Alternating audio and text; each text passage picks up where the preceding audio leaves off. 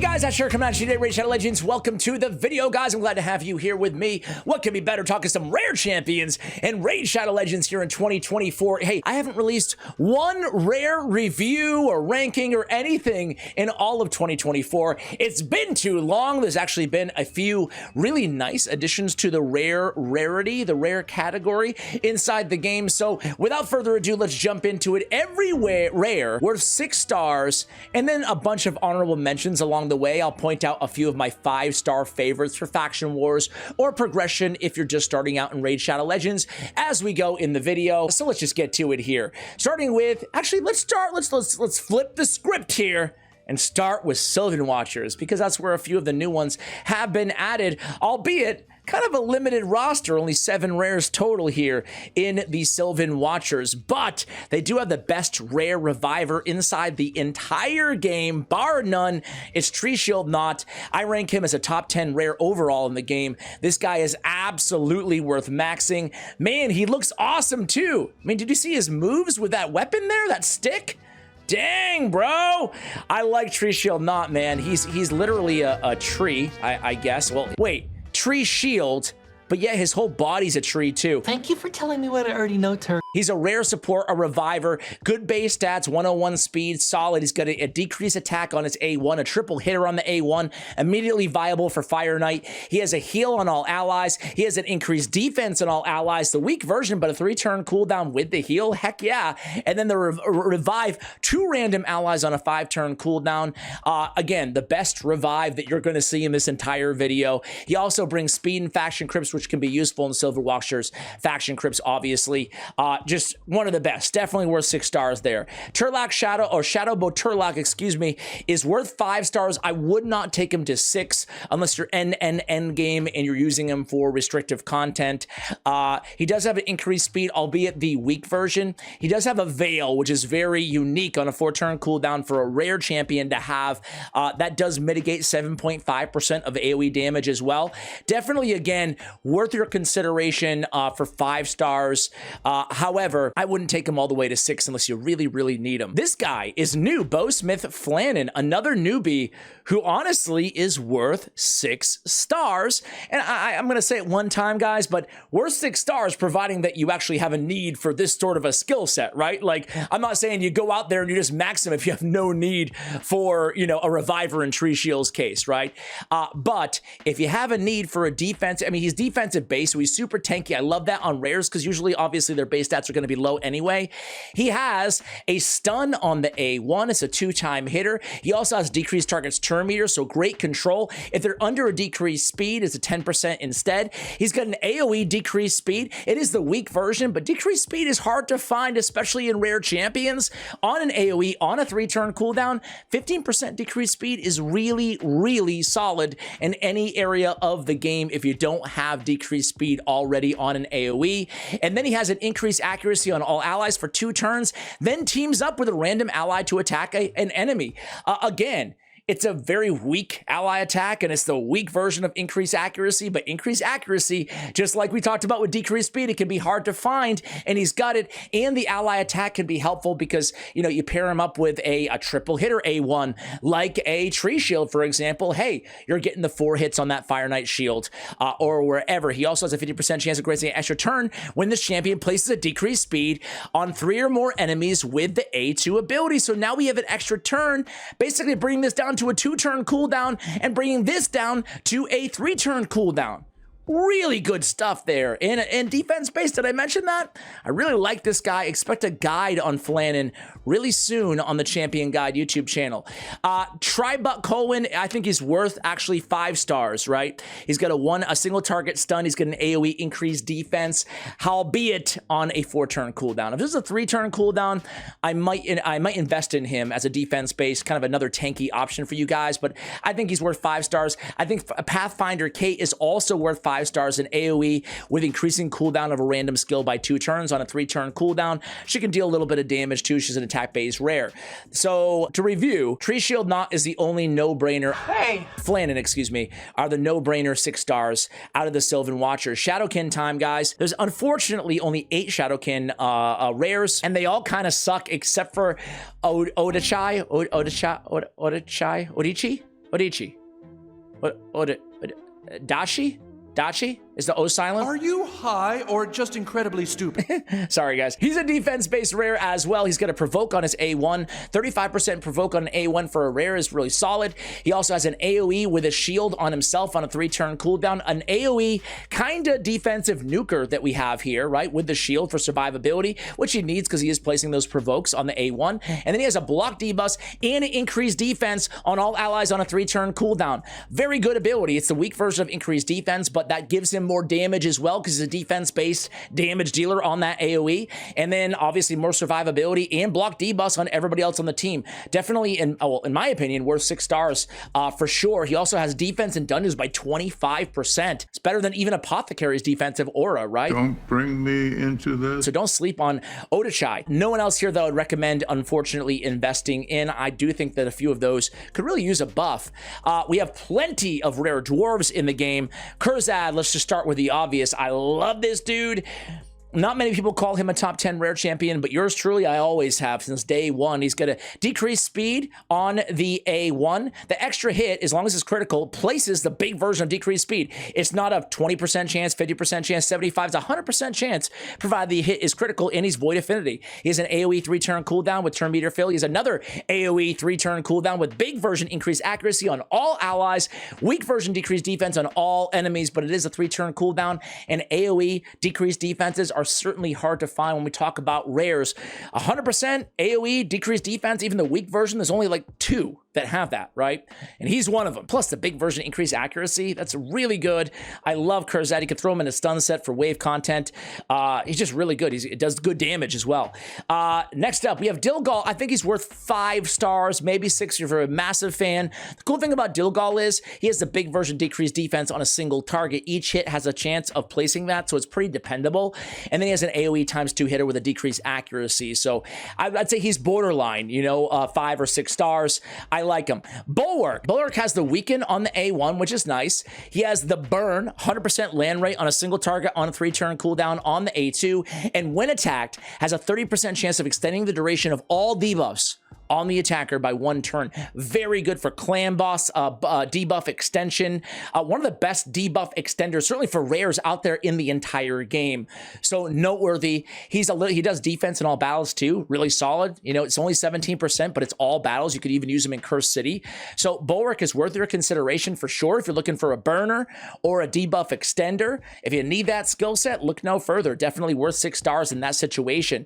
Who else we got here? We have Madman, Master Butcher, Hatchet Slinger, Boltsmith, Honor Guard. Oops, excuse me. We have, I want to give a quick shout out to Candle Guard. I don't think she's worth taking a 6 stars, but she does hit hard. She's a hard-hitting nuker with a weaken and an increased attack, increased crit rate that she brings for herself and then attacks all enemies. So a 4-turn AoE, a 3-turn AoE, worth 5 stars, certainly not 6. But we have Avir Archmage. He's kind of like Dilgal, in my opinion. He's kind of borderline. If you really need especially for faction wars, if you really need some heals, some turn meter fill, he's got you covered. He has a poison on the A1 too for a little bit of damage, which is nice. An AoE decreased attack, a decreased speed on targets under poison. I hate the conditionality there, but he does have the poison on the A1. He has a turn meter fill and a heal on a 4-turn cooldown on vitalizing potions. Not too bad, right? Not too bad. But Master Butcher. Ooh, he's good, guys. He is really good. On his A1, he has a provoke, right, for 1 turn. He's worth 6 stars for Bommel alone, right? He has a provoke on his A1. He has another provoke for 2 turns on a 4-turn cooldown on the A2. But look at this heat exchange passive. When attacked, heals all allies equal to the amount of damage taken on a 1-turn cooldown. Doesn't work against bosses. It's okay. It's the bombs that are doing the damage, not Bommel. It's the bomb things, whatever those things are. You know what I'm saying? They do damage based on 40% of a champion's max HP. So you build Master Butcher with a ton of HP, and then he's healing all allies equal to that amount that he loses. Very, very, very good in Bommel. Revise a random ally full HP when this champion is killed. Nice, handy second passive there as well. All right, I think I've covered everybody there in the dwarves. Let's move on on to Knight's Revenant. Man, I'm such a fan of this old school rare in Executioner, man. I love this dude. I really do. I think he's super good. He's defense based, again, pretty tanky for a rare. He is slow, 89 base speed. He has defense in all battles by 17%. I run him as an aura lead a lot because he's great in restrictive rare only content. He's my aura lead. He's got a stun on the A1. He's got an AoE with decreased turn meter by 20% on a 3-turn cooldown. That's one of the best turn meter manipulators out of AoE rares in the entire game, right? Moreover, he's bringing decreased speed on the same ability. It's the weak version, but again, it's nice to have, especially in rare content where we're always dealing, as you guys have seen thus far, with the weak version of these debuffs, right? Very good. He also brings an increased defense, big version counterattack on himself for 3 turns, leading into more stuns with the A1 every time he's attacked. Oh man, I really love the control and the tankage that you can get from Executioner. And heck, he also deals some nice damage as an AoE nuker. He brings his own big version of increased defense, so he's getting a lot more damage out of his defense-based nukes. Now, unfortunately, it also scales off of attack, which is foolish, but it is what it is. He still puts out nice damage regardless. All right, we have Coffin Smasher. I think if you're looking for a burner, is probably worth taking to level 50. I wouldn't take him beyond personally. Acolyte, level 50, he's worth taking. He does have a cleanse on a 4-turn cooldown. A full cleanse outside Reliquary Tender, Spirit Host, it can be hard to find. Again, maybe even level 40 for Faction Wars. But just pointing that out for you guys. Take notes as we go here. Turok's Longsword, or Longsword Turok's. A new rare added to the game. He's really good. He's defense-based, is going to be a reoccurring theme here of my favorite rares. He's defense-based, he has a leech on the A1, ergo healing, especially for your damage dealers, 45% chance at landing, 50% with Sniper Mastery. He has an AoE, increased defense on all allies, 3-turn cooldown, and he's a defense-based, so more damage again. And then he has a pretty dang good chance at placing a Provoke, 65% chance Provoke on an AoE on a 3-turn cooldown. I want to say he's my second favorite rare provoker in the game. We'll talk about my first in just a minute here. Very solid. He has a block damage on this champion for 1 turn. When incoming damage exceeds 20% of his max HP, he counterattacks when hit by an enemy under provoke, thus placing more leeches off of the A1 ability, and defense in dungeons by 25%. Again, that juicy dungeon or defensive dungeon aura on top of all that. I think he's worth 6 stars if you're looking for a provoker for sure. Renegade. Cool thing about Renegade is she's worth 6 stars in terms of how valuable she is.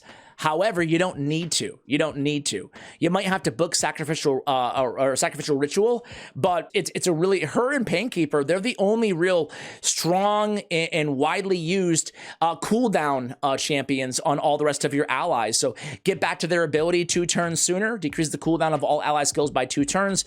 She's what makes a lot of speed teams run, and you don't even need to take her to level, you can take her to level 50 and just build her survivability and she'll be good. And the appropriate speed, of course. What else do we have here? We have, my guy. There's some cheesy strategies you can do with Daywalker, but I wouldn't advise taking him to level 60. Ashwalker, though. Ashwalker's a weird one, man. I love him. I don't know. Maybe I'm biased. It's in the name, you know. I don't know. You change your name to Jack Lame legally. But I've always loved Ashwalker. He can deal a lot of damage. He has almost 1,500 base attack for a rare. That's got to be one of the highest base attacks for rares out there in the game. Solid multipliers. He's got a stun single target, but he decreases the turn meter of all enemies by 10% if the attack is critical. He's void affinity as well. So you got the stun and then the decreased turn meter on all enemies. Very good control. Then he has an AoE weak version of Weaken on a 3-turn cooldown. So a good debuffer, good control, and good damage. He has speed in all battles by 12%. That's pretty dang low there, Ashwalker, but hey, it's still speed in all battles. I've actually used him as an aura lead quite a lot on my account because I didn't have a better option out there. And hey, if you have 100 base speed and you have a 12% speed in all battles, you're still giving everybody on your team 12 speed. That's really solid, right? Or, you know, provided they're all at 100 speed. You guys get the point. 12 speed is not nothing. Forgive the double negative. Ashwalker is a conditional level 60. I would say level 50 could probably get by just fine. If you love him like I do, then go ahead and try him out. Splurge a little bit. Dark Elf time, guys. We have Judge. I'm a big fan of Judge. Judge is very squishy, 12k HP, 738 on the defense, so take that into consideration. I like Judge a lot, but I did max him. I used him a lot, and I think he's more of a level 50 champion personally. He has an AoE ×2 hitter, and then he's got, each hit has a 30% chance of placing all of these debuffs. Definitely need to pick up Sniper Mastery, and while you're at it, you need to pick up Master Hexer. The downside to him is he's kind of a mini Contra the Cyclone. The downside is it's only a 30% chance of placing these debuffs. And it's or, it's not all, it's or, you know? And it's only one turn. That's why Master Hexer and Sniper are gonna be mandatory for this champion in terms of getting the most utility out of him. He's a pretty unique and pretty cool rare champion, but again, I do think he's probably worth 5 stars rather than 6, is my opinion. I don't wanna steer you guys in the wrong direction. You'll be wasting all your resources. Kale, absolutely worth 6 stars, especially if he's your starter champion. He's still the best of the starters, in my opinion, not because he's like blows the rest away. The others are really good too, you know, especially Aethel and Elhain, but he has the poisons, and poisons are just so powerful in Dragon and Clan Boss in the early game that I would just always go Kale, just because it's hard to find that good of a poison damage dealer, whereas it's a little bit easier to find the skill sets that the other starters bring to the table, in my opinion. Steel Bowyer is kind of noteworthy here. She has an enemy max HP ability. It doesn't hit that hard, though. I would not take her to 60 personally. Spirit Host, as I mentioned, level 50 candidate for sure. She has a cleanse and a block debuff on a 5-turn cooldown. Eat that, Acolyte. No thanks. I'm full. Painkeeper, we already talked about. Cold Heart, Painkeeper. Paragon is a cheese champion. Cold Heart, the best rare in the game still to this day. AoE with poison, decreased accuracy, 4-time hitter with heal reduction on the A1. Amazing, the best Fire Knight rare in the game by a mile. And then she has Heartseeker, the best spider rare in the game by a mile. Moreover, you can use her, you know, in so many other locations. Enemy max HP, very hard hitting with a 100% turn meter decrease. Oh my gosh. Cold Heart's still got it to this day. She's the best rare in the game. The Paragon Cheese, you've probably heard of it. He is unkillable for 2 turns on a 3-turn cooldown, right? On a target ally. So you can do some, well, cheesy little strategies to get by content you otherwise might not be able to clear. So he's worth knowing about, but he's not worth taking all the way to 6 stars. You can use him at 5 stars. Why bother, right? Painkeeper is worth 6 stars in my opinion, but you don't need to in a lot of situations. Painkeeper, one of the best use cases of her nowadays is in the Iron Twins, right? If you, those 3 Painkeeper teams, if you haven't seen it, all you need is a block damage like a Helicath or a Rosh card, and then you need 3 Painkeepers, but they can be any level and they can be almost naked. Just a little bit of speed on them, right? So 3 Painkeepers, and then you just need a Geomancer to put the burn down, right? It's the team that I use, and Painkeeper's a big part of it. That's not her only use case in the game. She's very good in a lot of Clan Boss teams as well, part of a many unkillable Clan Boss teams, because she decreases the cooldown of all ally skills by 1 turn. It's kind of a little bit of Renegade going on. She also has a heal on the A2, which is useful and helpful as well. All right, let's move it on here to the Undead Horde. So we have Banshee, level 50, maybe in the end game level 60. Banshee has an AoE on the A1 and an AoE on the A2, a great stun set candidate. You don't even have to use the A3, it's not worth using. Frozen Banshee, still, for my money, the best poison specialist out of any rare in the game. She was part of the old school battle pass in Raid Shadow Legends about 3 or 4 years ago. She's still very good. She was the first champion in the game to be added with poison sensitivity. She has it right on her A3 ability on a 3-turn cooldown.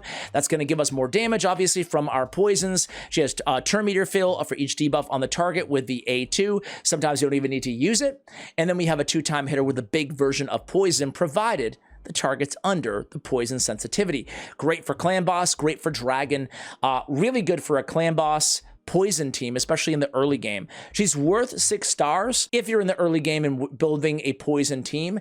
Beyond that, I personally would not invest. If you're already in the mid game, you already have the Clan Boss team under control, I would probably, probably use her at level 50 and just see what you thought. Who else is here? We got some bad ones here in Undead Horde. Corpulent Cadaver. Some people say he sucks now. Some people say he's still got it. He's kind of a weird use case, right? The value of the shield cannot exceed 200,000. He used to be able to be paired with the best shield champion in the game, Brogni, who could grow the shield, and he'd get more damage because the damage stacks along with the shield. But as a very controversial move, they nerfed him. I'm not a big fan of him nowadays, but people still use him with success. So if you want to YouTube search Corpulent Cadaver team post-nerf, just make sure you search post-nerf. There are some viable teams, then you can make the decision if you want to invest in him all the way to level 60. Seducer is pretty good. I think Seducer is more of a level 50 champion myself. He has an AoE decrease attack and an increased defense block debuffs on a 4-turn cooldown. Doomscreech. I think Doomscreech, he's weird, man. This guy reads so incredibly good on paper, but for whatever reason, he's just not that great in the teams that I've tried him on, and I've used Doomscreech quite a bit. He has a lot of HP, he's great in a shield set or a bolster set. He's definitely worth taking to level 60 if you're looking for an increased defense champion. He's one of the only 2 rares that have an AoE increased defense on a 3-turn cooldown, but he also brings a mammoth 30% turn meter fill in addition to that. His A3 does not hit hard. What I often do is put him in a reflex set and I shut off the A3. Reflex set is going to bring the cooldown of a skill. It has to go to the warning screech, the A2, and then we're going to get more turn meter fill and hopefully keep that increased defense up there all the time on allies. Doom Screech in a reflex set is something that everybody should consider. He has HP and faction crypts as well. For me, he's kind of a borderline 5-star, 6-star. If you can use that, if you need that, and that turn meter fill is juicy. It's a little mini Seeker, but it's the same as Seeker in terms of the turn meter fill, right? So definitely worth your consideration there. No one else, unfortunately, who I would invest in here out of all of the Undead Horde rares. All right, Demonspawn time, guys. Diabolus is a campaign farmable Demonspawn rare off of the last stage 12 of campaign, right? She's worth taking to level 50, I think. I wouldn't recommend taking her to 60, but she's very fast. 110 base speed for a rare is exceptional. She has a turn meter fill, a turn meter reducer, very good. This is like a little tiny mini Lysandra, you know, going on there. We have an AoE increased speed on all allies on the A2. So, I mean, that's really solid. The increased speed, the AoE attack, she can deal a little bit of damage. And then the turn meter fill, turn meter decrease, just make sure you build her with accuracy. Take her to level 50 and see what you think. Well, I am loving Petrifia. She's got a little bit of a Frozen Banshee. She's like the 2023 version of the 2019 Frozen Banshee. However, is she better? That's debatable. She has a decreased defense on the A1. If they're under poison sensitivity, it's the big version, which is very nice. An AoE ×2 on a 3-turn cooldown with a decreased attack and a poison chance, okay? 100% on the decreased attack weak version. 75% chance on the poison strong version. Then on the A3, she has 3 time at random with a poison sensitivity, and then if it lands on the same target, aka clan boss, places a poison big version for 2 turns. Now, in my playtesting, Frozen Banshee still out-damaged Petrifia Rockroot. Reason being is because Frozen Banshee has the poisons on the A1 ability and the poison sensitivity on the 3-turn on the A3. Her poison sensitivity is on a 4-turn on the A3, and her poison is still there. The difference is she brings the decreased defense as well. So she has a little bit more to her kit. You know, she also has the decreased attack. But in terms of damage, and that's what we're kind of looking for from that kind of a kit, I go Frozen Banshee. If you're looking for just bringing more to the table in terms of essential debuffs, then go Rockroot. All right, Marquess, level 50. She's the best defensive-based rare nuker in the game, okay? So the best multipliers on the Crush the Weak ability. She has the weak version of Weaken, deals extra damage to enemies with the Weaken debuff. That extra damage is enormous. So she can be a fun champion to mess around with. She also has 100% freeze on a 4-turn cooldown on the freeze solid. It's right in the name. Can be nice control and can be good damage. I have her at level 60 and actually use her, so in the endgame content.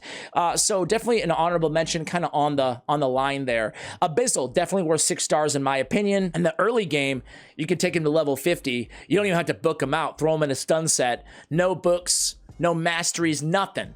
And just AoE on the A1, place a couple block buffs, heal your team with the A2, and then an increased defense, increased attack on all allies for 2 turns on the A3 ability. very solid on Abyssal there. Very solid champion. Speed and faction crits by 16%. I love Abyssal. I just did a guide on him on my Raid Shadow Legends Champion Guides YouTube channel. Definitely check that out as well. And it's Fellhound. Fellhound is 100% worth 6 stars. He is my most used Void rare in the game because he's my campaign farmer. He's my main campaign farmer. He's at AoE on the A1 with decreased speed. You love to see it. Scales off defense and attack. Does enough damage to kill everybody in 12-3 brutal. He's the best campaign farmer in the game for my money. There's other candidates out there, but he's very, very good. He has a continuous heal and a reflect damage. It's on a 2-turn cooldown. So even in like areas like Fire Knight for reflect damage and healing your team on a 2-turn cooldown, that's very good. He also has a block damage on an ally for 1 turn. It's a handy little deflect on the A3. A very good rare, even outside of just campaign farming. That's how a Void rare ought to be in the game. Hellborn Sprite, I should give her an honorable mention because she has a increased duration of all buffs with an increased crit rate on a 3-turn cooldown. She has a triple hitter with heal reduction, and she has a weaken on the A1. The increased duration of all allied buffs can be useful in some situations, but I think you could probably get away with her at level 50. Her claim to fame is being used in a lot of clan boss teams because of the increased duration of all allied buffs on a 3-turn cooldown, which is hard to find from a rare. All right, let's move on to the Orcs, guys. So Orcs are really bad. Really bad. It's really just not a good crop of rares here in the Orcs, man. Ironclad's pretty fun. On excess heals, he'll do an AoE attack. So you can pair him with a healer, but you put Ironclad in a stun set, right? And because he's not going to deal a lot of damage with the excess heals, right? But he can attack on an AoE. It's on a 1-turn cooldown, so it can only happen 1 excess heal before he takes another turn. But you can have some fun with him. I would not recommend a full level 60 commitment, though, personally. That's just my opinion. Other than that, I guess Galek would be the only consideration, but only if you're just starting champion. I would not max out Galek if I pulled another starter or if I decided to go with another starter, personally. The thing about Galek is he does have decreased defense, which the other starters don't have. He also brings nice damage to the table. However, the decreased defense is on a 4-time hitter at random, not a AoE, like a War Maiden, for example. Skinwalker time, guys. We talked about the best provoker earlier. I alluded to the best provoker in the rares. It's Gnarlhorn, is not even close. This dude, first of all, has an A1 that cannot be strong, critical, or weak hit. He can be your tank, your normal hitter tank for Phantom Shogun, right? A lot of people use him in that way because of the fact that it can't be strong, critical, or weak hits on his A1 RAM. He can be your enfeeble tank, essentially. He has a provoke on all enemies for 1 turn with an increased defense on himself. It's just a placing a provoke. You don't have to worry about weak hits. It's placing it. There's no damage. It's 100%, and it's on a 3-turn cooldown. He also has unkillable for 2 turns out of every 3 turns as well. Can come in handy, but it's really all about the war drum. And he has defense and dunners by 27%. That might be the best out of the rares. But between that aura and the A2, a very, very good rare worth 6 stars. Other than that, though, guys, Fleshmonger. I took him to 6, but endgame. I would say Fleshmonger is an endgame rare. Restrictive content, meaning Doom Tower, magic, rare only. He can be a good debuffer. He has an increased attack, increased crit rate on this champion. It's a sucky ability, but he does grant an extra turn. What that will do is reduce the cooldown of his A3 because Tornado Cleaver is his claim to fame. He has an AoE attack that has a 75% chance, 80% chance with Sniper Mastery of placing the big version of decreased defense on all enemies for 2 turns. When it comes to magic decreased defense rares in the game, this is the best it's gonna get. It's a 4-turn 75% or 80 with Sniper, but the extra turn can bring it down to 3 turns vis-a-vis the A2 ability. So he has a triple hitter as well on the A1, can be useful in Fire Knight progression. He's, again, a borderline for me, 50 or 60, depending on what you need and when you need it. Greybeard for me is a level 50 candidate. He's campaign farmable. He has an AoE freeze. It's a pretty good land rate. It's a 3-turn cooldown. You know, good control there for a campaign farmable. He also has a 75% provoke on his A1, so really good control plus defense. I was wrong again. Defense in dungeons by 30%, man. Oof. That's really solid. He is slow. He's a slow champion, but he's definitely useful. I would take him to level 50, maybe even book him up and use him for a progression champion. That's a lot of control from that kit with a great aura. All right, guys, let's go to the Lizardmen. Muckstalker, the best sleeper in the game. I just realized I can sleep with my eyes open. That's right, best single target sleeper in the game. This guy is worth 6 stars for Sand Devil's Necropolis. For the Sand Devil, you can't place debuffs unless he's asleep, right? So we need Muckstalker or somebody like him to come in and place that sleep. The thing about Muckstalker is A, he's campaign farmable, right? In campaign, you can get him. It's on a 2-turn cooldown. It lasts for 2 turns, right? Very, very good. A lot of players use Muckstalker for Sand Devil. That's really his only use case in the game, but it's a very good one. He has a lot of survivability too, over 20k on the HP, which is nice. Other than that though, guys, Metal Shaper is a level 50 for Scarab King, right? Metal Shaper is to Scarab King what Muckstalker is to Sand Devil, right? He has a 2-turn shield. See, it's a 2-turn cooldown when booked on all allies for 2 turns. For Scarab King, we want to shield up all the time, so he has it on a 2-turn cooldown. Outside of that, he's very limited. So again, you make the decision whether he's right for your account to invest in. Haruspex deserves an honorable mention. I would take him to level 50 for Faction Wars specifically, because he is a reviver. Revives a dead ally with 30% HP and fills a turn meter by 30% on a 5-turn cooldown. It's a sucky revive, but it's a revive. There's not that many. He also has a turn meter fill of all allies by 15% with an increased speed. So back in my day, a lot of players actually use Haruspex a lot as an arena reviver and speed booster. Speed in arena battles on the aura. He's a turn meter booster and an increased speed. And then he can revive if you need him to, right? So worth 5 stars for Faction Wars. He's really been power crept a bit from his arena role back in the day, but still worth noting. Ogren Tribes. A lot of trash champions here for sure. There's only 3 worth talking about in my opinion. Ogren Jailer is still the best, or at least in the conversation, for single target damage dealer for rare champions. That being said, I can't in good consciousness recommend you guys max him out, right? Single target damage dealers with just 1 hit on each ability, I'm not sure where we're going to be using him, right? Magic Keep, Arena Offense, I wouldn't invest in him. He's too squishy to use in Demon Lord either.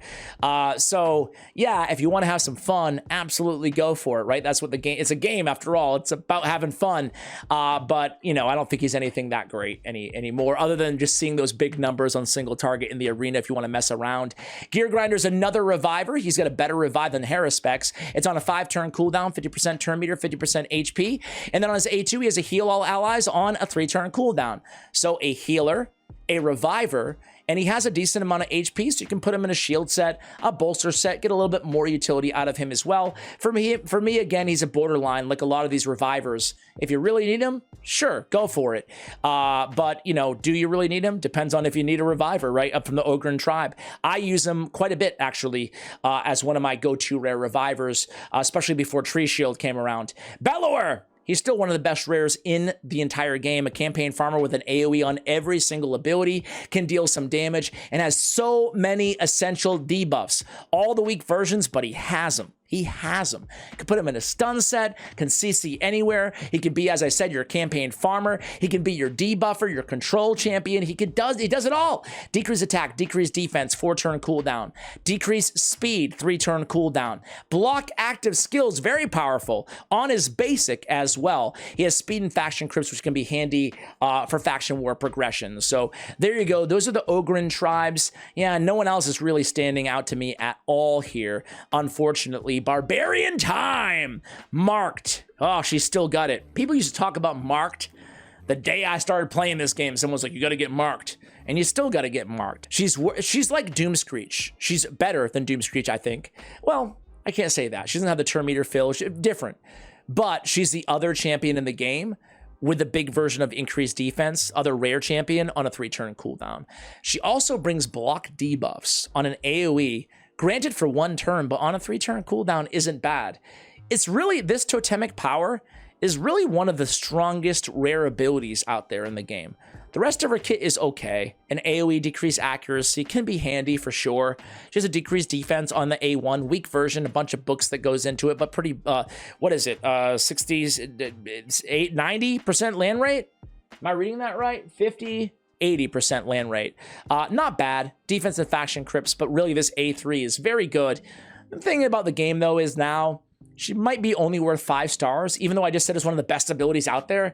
Let's be real, man. There's a lot of good increased defense champions in the epic category and beyond. So I think she's level 50 for sure, if you need that skill set.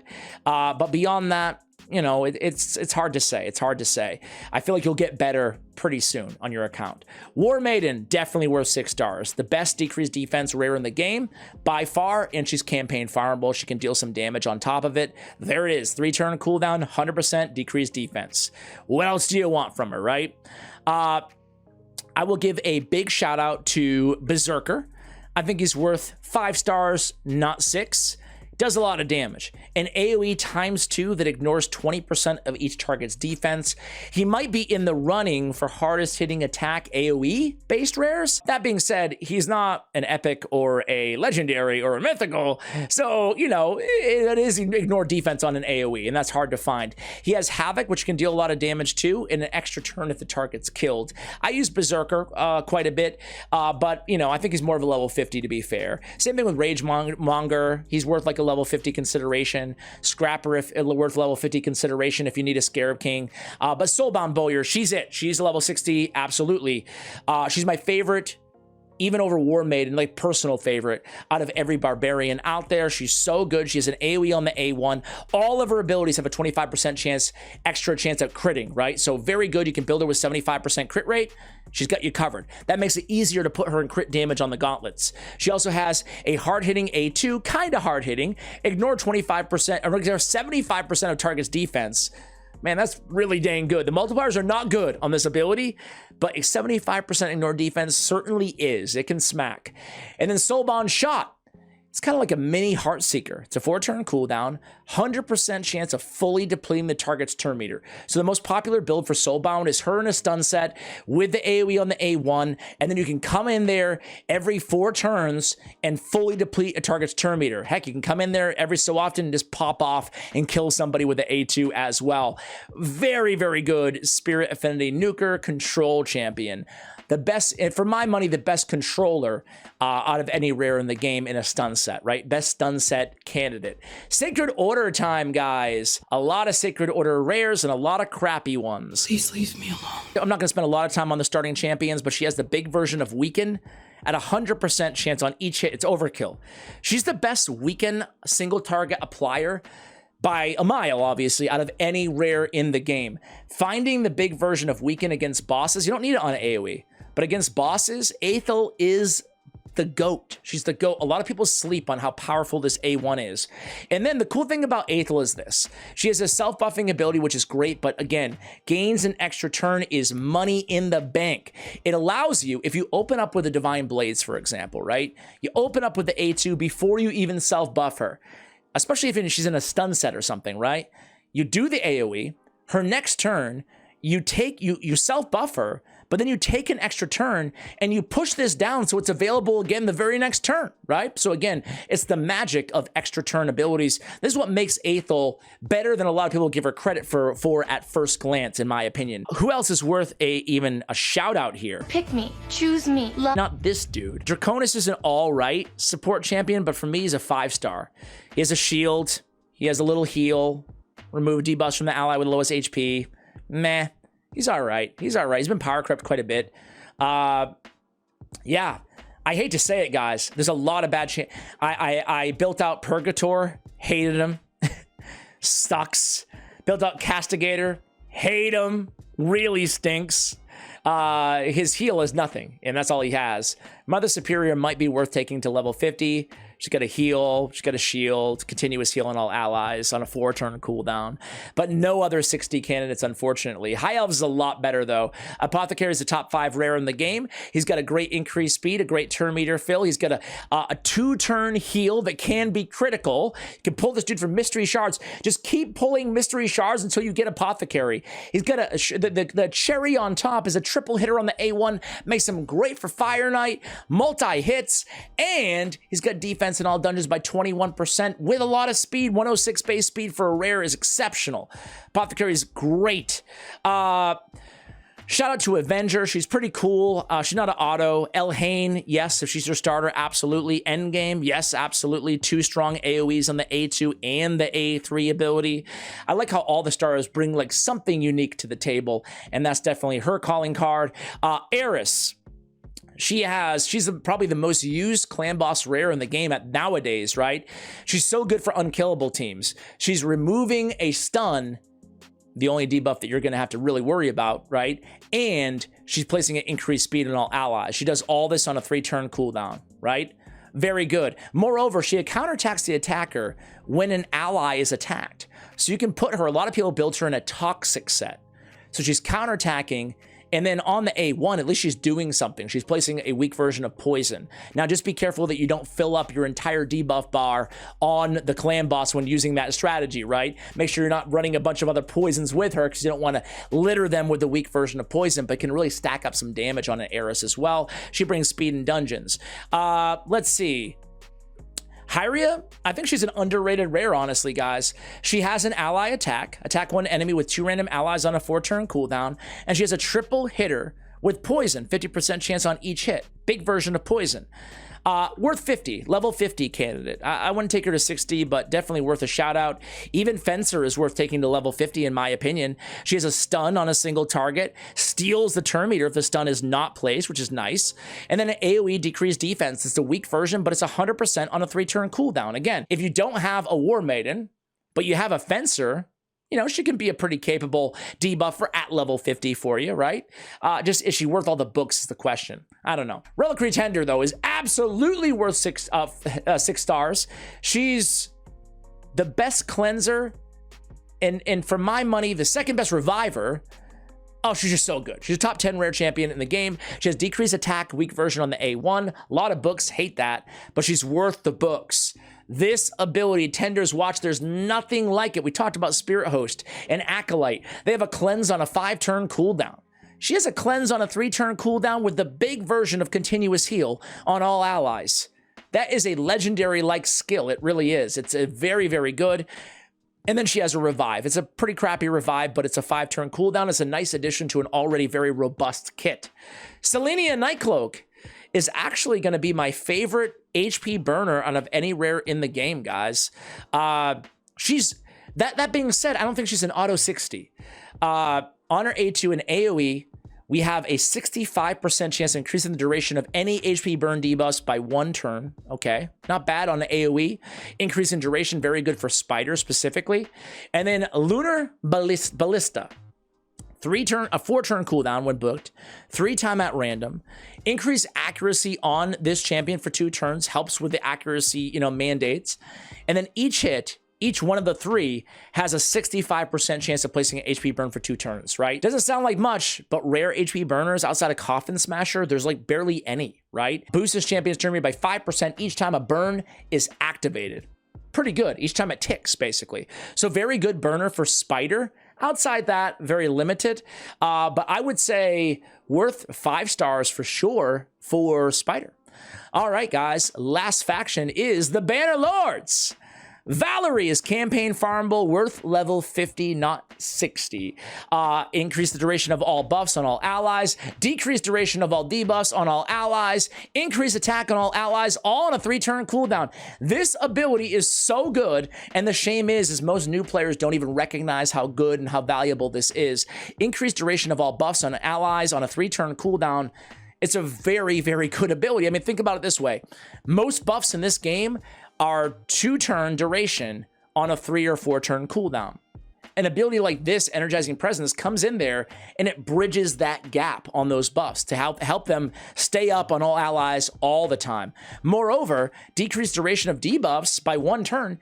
Oftentimes, all you need is 1 turn duration, and the debuff is gone. You know, a Provoke, for example, right? A Fear or True Fear, right? It can just cleanse that off. And then she brings increased attack on top of that. She has a shield on Protect on a 5-turn cooldown. It's not a great shield. It's a long cooldown. But man, this is a very unique ability for a campaign farmable worth level 50 consideration.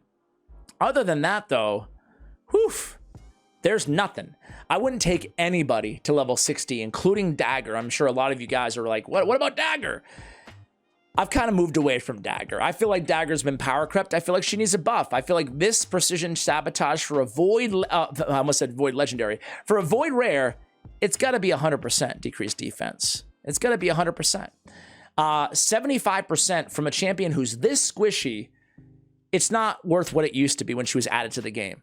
There's too many good decreased defense champions who are epic, legendary, beyond that are way more accessible than they used to be back when Dagger was more viable. So yeah, take her to level 50 and use her as a decreased defense option until you have a better one. But I don't think she's worth your resources, even for free-to-plays or anything like that. I don't think she's worth your resources anymore to take all the way to 60 unless they buff her. She's too squishy. 793 defense, 12,700 on HP. Super squishy. I want 100%. War Maiden has it. Give it to Dagger. Guys, perfect place to end the video with a little rant for you guys. Let me know which champions I missed that you love, or maybe who I have included or was too high on that you don't love. Much love. Thanks for watching, and as always, take care, guys.